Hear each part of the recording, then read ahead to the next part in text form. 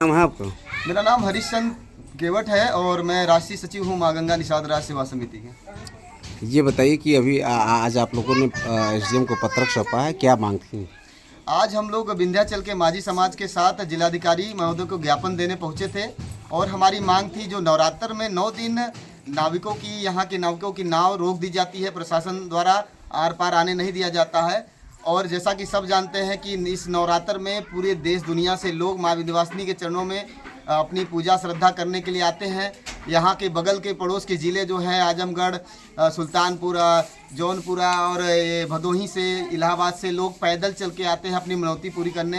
तो उस पार आते हैं और इस पार दर्शन करने के लिए आते हैं, स्नान दान करते हैं। लेकिन इतने सालों से, हजारों साल से जो माझी समाज अपनी आजीविका कमा रहा था और कमाता चला आया है, उसकी नाव को जानबूझ के प्रशासन 9 दिन रोकी रखी है। जहां हर समाज यहाँ पे कमाई करते हैं, नाई है, पंडा है, मल्ला है, ये मतलब हर समाज के लोग, छोटे दुकानदार, फूल माला बेचने वाले सभी लोग कमाते हैं। लेकिन 9 दिन के नवरात्र में मल्लाहों को नदी से खदेड़ दिया जाता है।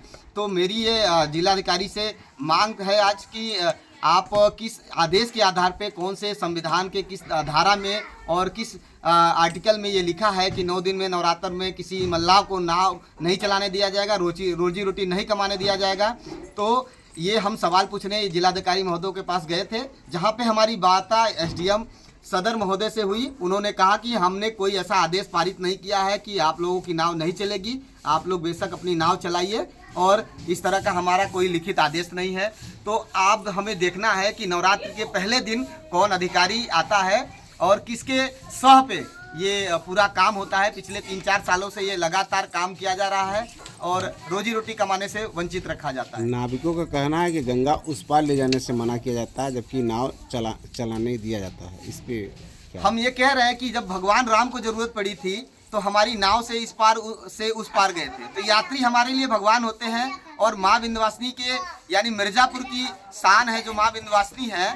वहाँ पे जो यात्री पैदल आते हैं यात्रा करके, और शहर में जो जाम लगता है, एक लौता पुल है, उस पुल पे आप देखते हैं हजारों की संख्या में वाहन खड़े हो जाते हैं, पूरा शहर जाम हो जाता है।